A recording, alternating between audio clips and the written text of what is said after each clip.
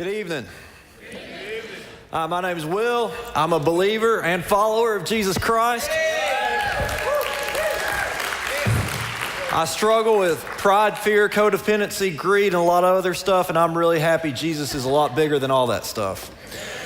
You know, it's really special for me to be here tonight with you, special to share this service with Larry Carroll. I don't know if y'all know this, but I grew up with my family. They were friends. My parents were friends with Larry, and there aren't many people in this world that got talked about around our dinner table with the type of respect that he got talked about, and that just shows you a little bit how dysfunctional my family was.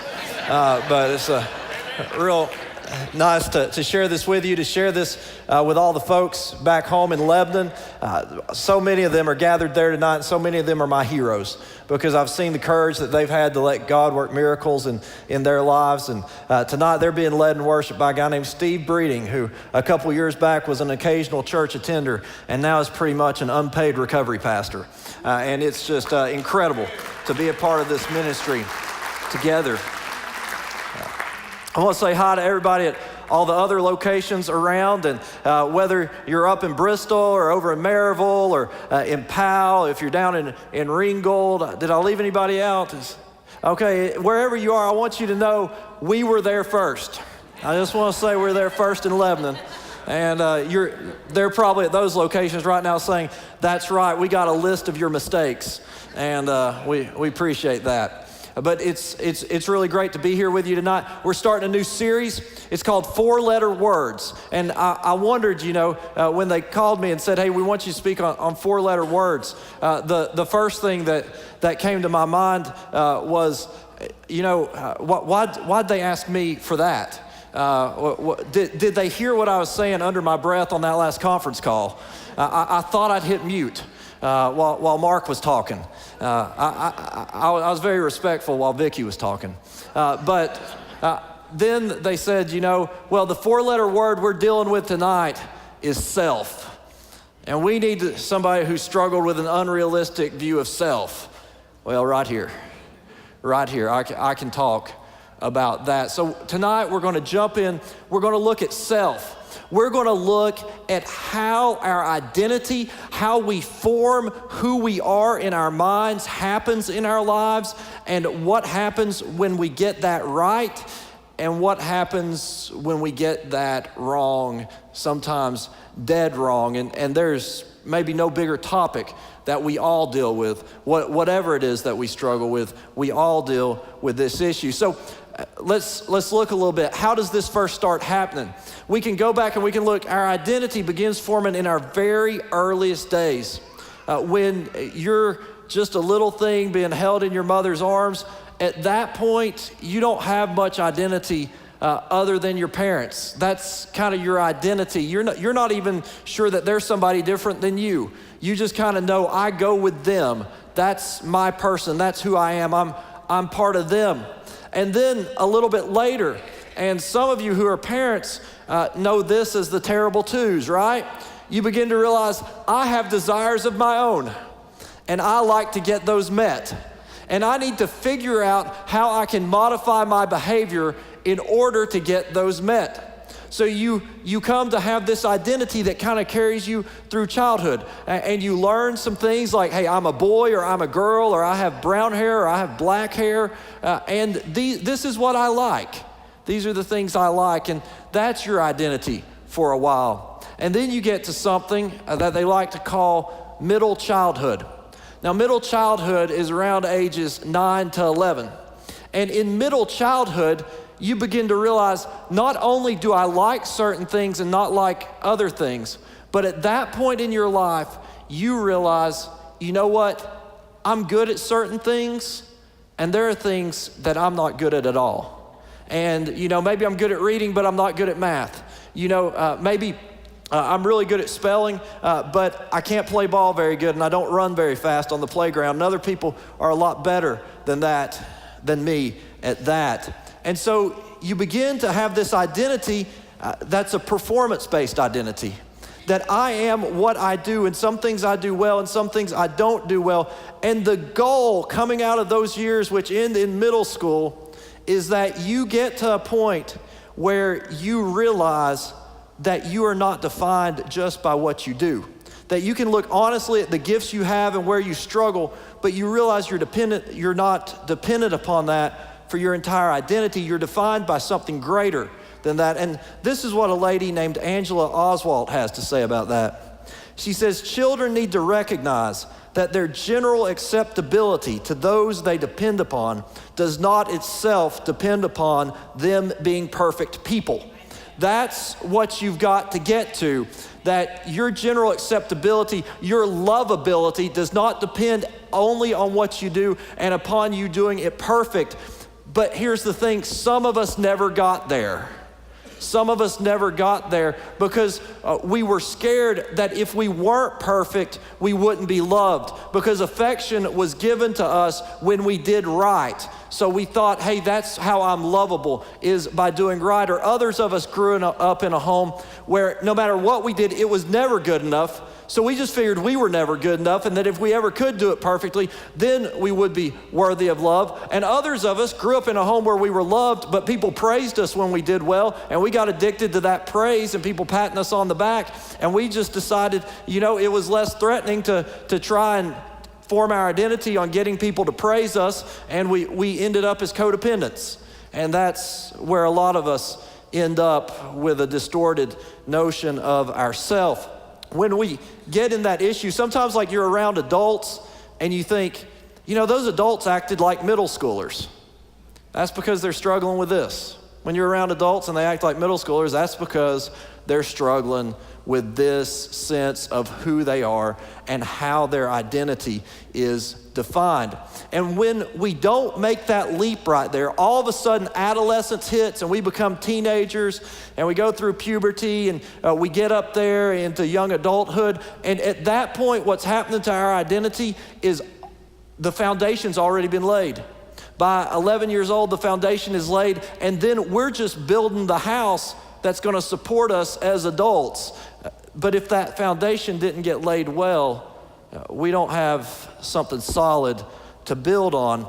And when we get into that performance-based identity, I am what I do. On days I do well, I'm a good person. On days I don't, I'm a bad person. Anybody relate to that?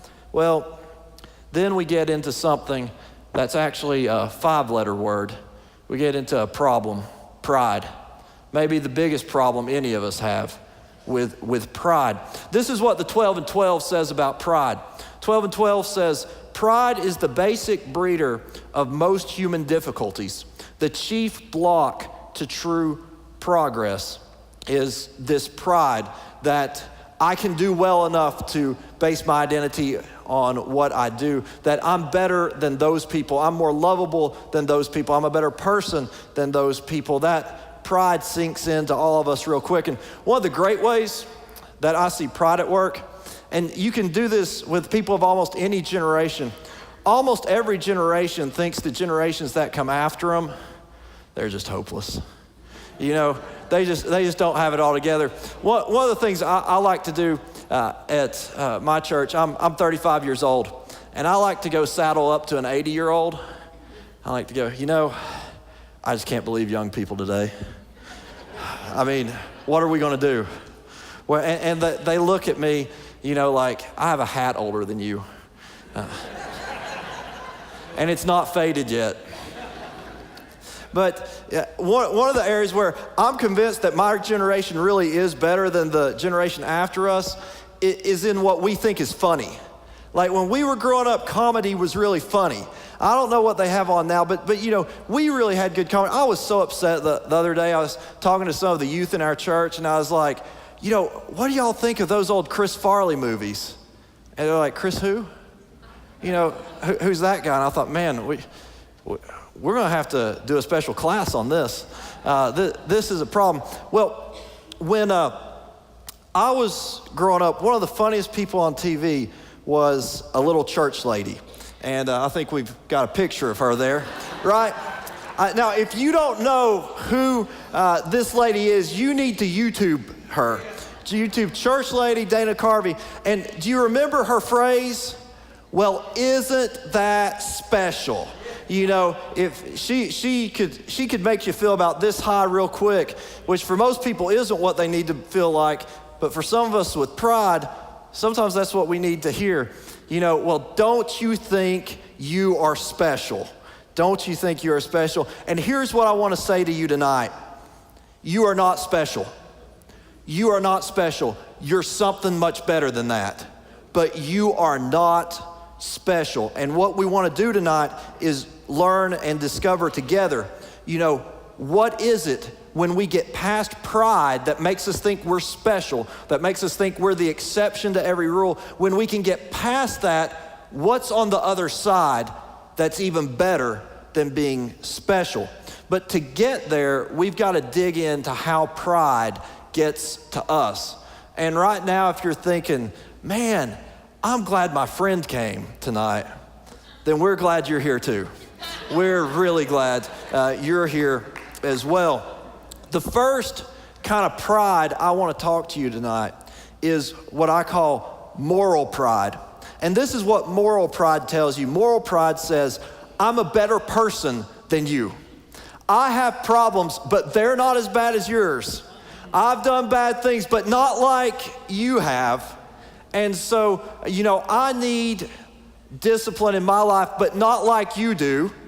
And I need boundaries, but not like you do. But here's the real problem with moral pride. Here's where it really gets to us. It's harmful in our relationships when we think we're better than others. One of the things that's beautiful about recovery ministry that we say all the time in Lebanon is that what we've learned in recovery ministry is that we are those people. And there are a lot of churches that would do a lot better job if they could just get past this pride and realize that we all struggle.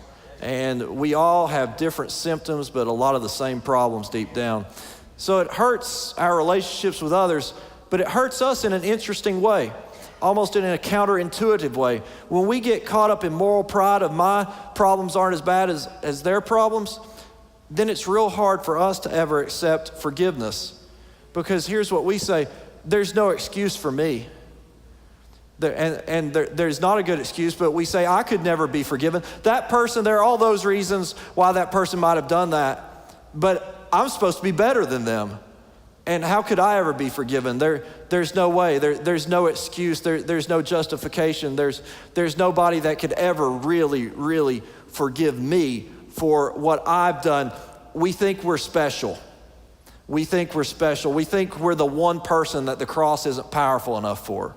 We think we're the one person that Jesus didn't bleed enough for. When we get to that point where we're thinking in this way, we get so illogical. We could literally, I wish right now we could put up our hands. I'm not going to ask you to do this because I know you wouldn't be honest with everybody looking at your hand, but I bet I could say tonight, how many people literally believe, like not just saying it because we're in church, but literally believe Jesus was physically dead and then later he was physically alive? How many people literally believe that? All right. But here's the interesting thing. Then I could say, how many people believe that your sins are worse than anybody else and that other people can be forgiven and you can't? And I bet we'd have perhaps more hands on the second question. I bet we would have some people who literally believe that Jesus came back from the dead, but who don't yet literally believe that they can be forgiven because they were supposed to be better, because that's not okay for them, because everybody else can be saved by grace, but they were somehow supposed to earn it. Now that's not rational. That's not sober to believe somebody came back from the dead, but you can't be forgiven. But that's what moral pride does to us. That's how bad it gets. The next kind of pride we get into, intellectual pride. Intellectual pride says, I'm smarter than you, and not only am I smarter than you, I'm smarter than God. I'm smarter than God as well. What intellectual pride tells us is, I can figure out recovery on my own. I don't need these 12 steps. That's for other people. That's through people who aren't as strong as me, who aren't as smart as me. I can do it on my own. I can regulate my own desires. I don't really need a higher power. And what I really don't need is firm boundaries. Not me. I just need a little pick-me-up, every Thursday night, every other month after I've messed up again. I just need a pick-me-up. And we see this happen all the time. People think they're smart enough to handle these things in a way that won't harm them. This shook me up the other day. I was talking to a young man. He came to see me, and he shared with me that he was having a problem with pornography. And we talked about it, and afterwards I thanked him. And I said, I imagine there are a lot of other guys your age who struggle with this, but they won't tell anybody about it. They would never say a word about it. And you know what he said to me? He said, no, the other guys my age don't think it's a problem. They don't think it's a problem. Even though they're good church guys, they don't think it's a problem because they've had access to it for so long, because it seems like it's such a strong desire. They don't see why it should be a problem. They think they can handle it. They think of all the generations, of all the people who've ever come before, they can handle lust. It won't get to them. It won't get to them. They're better than everybody who's come before. And you think, well, teenage guys have never been completely in touch with reality. And so you could say, well, they're young, they'll get it. But here's the thing, it's not just them. I was checking Facebook the other day. I saw middle-aged women who go to church, who are leaders in their church, talking about 50 Shades of Grey on Facebook, where everybody can see, because they don't think it's a problem, because they're making the same mistake their sons are making, because they think they can handle lust. It's okay for me. It won't wreck my life. It won't wreck my marriage. It won't mess up my thinking. They think the rules don't apply to them. They think they're special. For some of us, we think we're special. We think we're smart enough to handle it when it comes to eating. Well, I only puke after meals in which I have dessert. That's not that bad. I don't really have a problem with eating, do I? Or, it's okay that, I'm massively overweight and my blood pressure's way up. The other parts of my life are going all right. They are. But do you want to be there when your grandchildren graduate? Do you want to be able to live out your call to serve others when you're 80? But we say, no, I don't have a problem. Everything else seems to be going okay. I don't need help. And goodness knows this applies to us when it comes to using, it comes to substance abuse. I can figure out the recovery on my own. I don't need a sponsor. I don't need a peer group. I don't need the 12 steps. I can figure it out on my own. And the odds just aren't real good that really happens. Well, the Big Book has something to say about this. In the Big Book, it says this: if you think you are an atheist, agnostic, a skeptic, or have any other form of intellectual pride which keeps you from accepting what is in this book, I feel sorry for you. But if you really want to quit, your Heavenly Father will never let you down. Will never let you down. If you're struggling with this intellectual pride, if you think, I just can't accept this whole God idea, I just don't get it, it doesn't make sense to me, and I think I can figure it out better on my own, then I want you to know there's no judgment here. We're glad you're here. We want you to ask those questions, but those of us who have found our higher power to be Jesus Christ, out of love, we feel sorry for you. And we want you to know what it's like to have that higher power on your side. We want you to know what it's like to really have true freedom and real life. Then there's one final type of pride I want to talk about tonight. We could go on with this all evening, but one final type I want to talk about is performance-based pride. This is that basic pride that gets stirred up in us early on. And this pride tells us that I'm a good person when I do well, and I'm a bad person when I don't do well. That my lovability is based upon my behavior and the present moment during the present day. And the problem with this is it leads to anxiety and depression, because no matter how well we do one day, we can't sleep good at night because we know to be lovable, we have to do it well tomorrow, and we're not sure we can keep it up tomorrow. When people say to us, I love you, what we hear is, I love you because you did this. I love you because you do that. We don't hear, I love you. And there's just no joy, because even if you did good today, you got to do it all over again tomorrow. You better be ready to go. And sometimes we relapse because we'd rather relapse than deal with the pain and the anxiety that this pride produces in us. So here's the thing. How do we get cured of this? How do we get a real sense of ourself? How do we find out who we truly are? How do we find out that we're not special? And how do we discover what's even better than being special? Well, the way I like to think about this is think about the word cure. Cure, correctly understanding reality. We need to correctly understand reality. And sometimes we can understand it correctly by looking at someone who doesn't understand it very well. I got to meet someone who didn't understand it very well when I was a kid. And this isn't actually a person, it was a duck, okay? A duck. We went fishing on a friend's farm, and they had one of those stocked ponds that you throw your bait in and the fish fight over who gets to get caught on your hook. So we're out there fishing, and this duck walks up to us and starts nibbling at our toes. It's a pretty tame duck. And so I'm maybe 10 years old, and I look down at the duck, and I notice that one of its feet is normal and one of its feet is really kind of, I don't know, it's just flat. It's just entirely flat. It's smushed like a pancake. And I asked the guy who owned the farm, I said, why is your duck have that foot? And he said, here's the problem with my duck. It thinks it's a cow.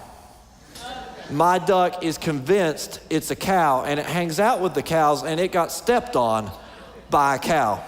Now, I want to say there are a lot of us like that duck. We think we're a lot more powerful than we are. And then we wonder why we're so bad at life, because we think we're more powerful than we are, and then we wonder, if I'm so powerful, why can't I do better? Why can't I do better? We're like that duck. That's the real duck dynasty in this world, is that we got all these people who think like that duck, that we're a lot bigger than we are. And so we don't need step work. We don't need recovery at Cokesbury. We certainly don't ever need to work step 4, where we actually tell somebody else about our real struggles and share with them a searching and fearless moral inventory. No, we do not need to do that if we have this problem, but we need to correctly understand reality. And when it comes to pride, the cure for pride is humility. Humility helps us correctly understand reality. When I think about humility, I think about a guy that I cannot tell you how blessed I was to know in my life, a guy who's very important to us at Recovery at Lebanon. His name's Trevor Blankenship. Trevor was our worship leader when we launched Recovery at Lebanon. He led us for about a year. He passed away last fall, and his birthday was this week. And one thing about Trevor that we all remember is his humility. Trevor was the kind of guy that, he was really kind of ridiculous. He could play guitar like nobody's business. He could sing about like Springsteen. And then he had this body of like a professional linebacker. When he was our worship leader, we had problems because all the women wanted to sit on the first 3 rows. He just had these muscles, where I didn't know we had muscles. And what we always like to say about Trevor was that God gave him those muscles because the rest of us couldn't have handled them. That we would have been proud. We would have thought we were big stuff. He was always humble. He was always humble, and he always recognized that he was as blessed to be a part of Recovery at Lebanon as anybody else who was there, and that he needed it as much for his soul as anybody else needed it. He was such an important part of starting that ministry and is still such an important part of it with us. And I don't know that I've seen a sadder loss than when he was tragically killed in an accident on the interstate. But I also don't know that I've seen more of an ongoing witness than what he's had. So I think about him. And, God tells us some stuff to help us with humility. One of the scriptures that God gives us comes from the book of Job. Now, here's Job, and you might relate to Job. You've heard people talk about the book of Job, that Job's this guy who was doing pretty well at life. He was behaving pretty well, and then everything started to go wrong. And here's how we know that Job struggled with pride. When everything starts to go wrong, what does he say? Why is this happening? Why is it happening to me? I'm doing well. Some of us have been there. Hey, I'm sober now. Why am I going through a divorce? Why is my marriage falling apart? We begin to ask all these things. We say, but I'm really in recovery. Why did I just lose my job? I'm trying so hard.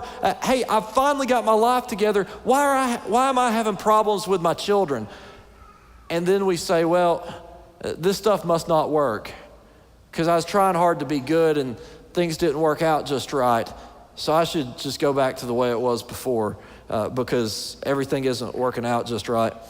That's kind of how Job was feeling. And here's what God says to him, and I just love this. God says, hey, Job, where were you?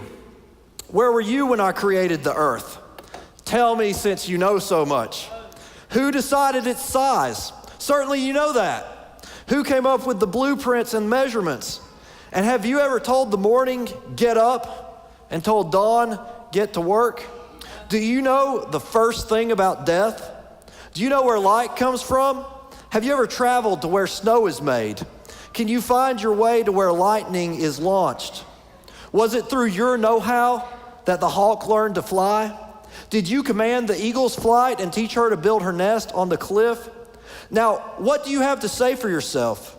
Are you going to haul me, the mighty one, into court and press charges?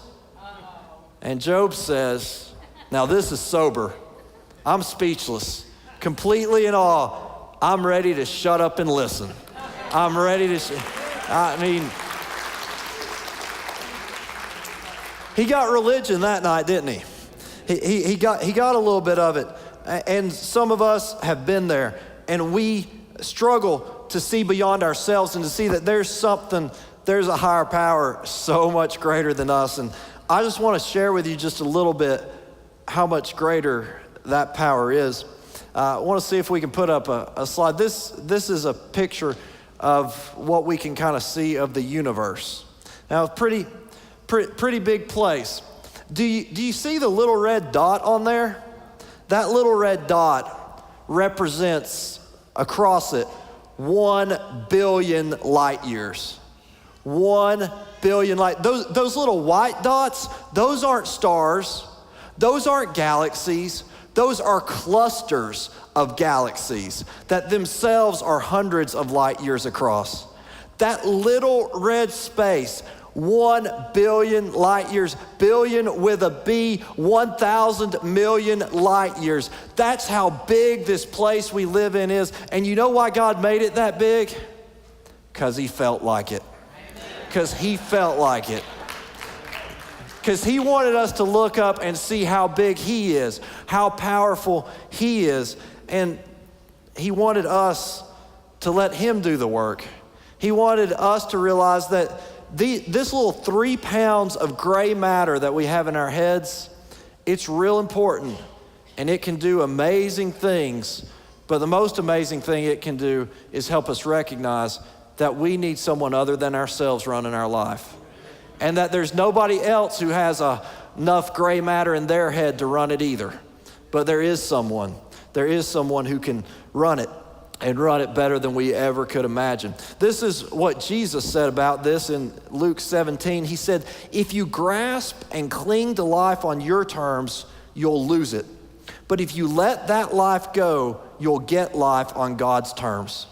If you let that life go, you'll get life on God's terms. Maybe you need to work step 1 tonight. Maybe you need to say, you know what, I'm powerless over my addiction, my compulsive behavior, my life's unmanageable. Maybe it's step two.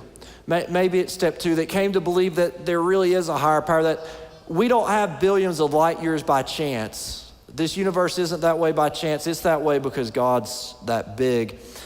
Or maybe it's step four. Maybe you need to say, I need to go to a group. I need to share my moral inventory with somebody else. I need to invite others in to help me that God's placed here to help me. I need to get a sponsor. I need to find a place where I can be real in an atmosphere of unconditional love. Because here's the thing. If you want to get to your real self, if you want to get to that real self that we've been talking about and that we've been looking for, you have to look within. To find your real self, you must look within yourself, but you can't look to yourself. You look within, and when you look within and you see I'm incapable of running my own life, and then when you look within and you realize that there's someone inside there who is knocking on the door of your heart, and he's beating and beating and beating on it, and he's saying, I loved you, and he's saying, I died for you, and he's saying, I want to be Lord, and I want to help you, and I want to love you, and I want to invite you into a love that's unconditional and that's even bigger than this universe. That's where you find yourself. That's the person you find yourself with. Because here's the deal. Here's the whole deal. You are not special. You are precious. You are precious. Think about your home. What's the most valuable thing pound for pound in your home? Now, we're just talking monetary. I don't want any of this. It's the love that exists among our family. We're talking about money right now. What's the most valuable thing in your home? It's the smallest, right? It's probably a diamond that sits on a lady's hand. That's probably pound for pound the most valuable thing monetary-wise in your home. And why is it valuable? Not because it's big, not because it's powerful. You really can't do that much with it, but it's precious. It's unique and it's precious. And that's what you are in God's eyes. You are precious. He would give anything, and he has given everything for you to be loved, for you to have real life, a life of freedom. So I guess here's what I want to say to you. I cannot say anything to compel you to accept God's vision for your life. There is nothing whatsoever that I can say. There's nothing that Mark can say. There's nothing that Larry can say. There's nothing that your sponsor can say. There's nothing that your spouse can say. There's nothing that your girlfriend or boyfriend or daughter or son or anybody can say to compel you to accept God's vision for your life, to get you out of this performance-based identity and into an identity that's based on grace, that's based on love, that's based on God. And here's the other part of that. I can't protect you from the consequences of not doing that. There is nothing I can do to protect you from those consequences, to protect you from the hell we live in when we have that pride-based identity, when we have that false sense of self, when we think we're special and we don't realize that we're actually precious. What it's like to live in that, and let me tell you, I have lived in that. I can't protect you from that. But tonight's about you, and it's about a man named Jesus. And you may need to come up to this altar, and you may need to tell him that just between you and him, you don't want that anymore. And you don't know what it'll take, but you're sure he'll take you there. And you want to give him that chance. If that's where you're at tonight, maybe you need to say to him, I've been believing in you, I've been following you for a while, but I'm one of those people. I actually think you came back from the dead, but I'm not sure you can forgive me. Maybe you need to come up tonight and say, why don't you prove me wrong? I'm going to come up here, I'm going to turn it over. I'm just going to give you the chance, Jesus, to prove me wrong and prove yourself right. It's about you and it's about God right now. So don't miss this opportunity to do what you need to do in this moment.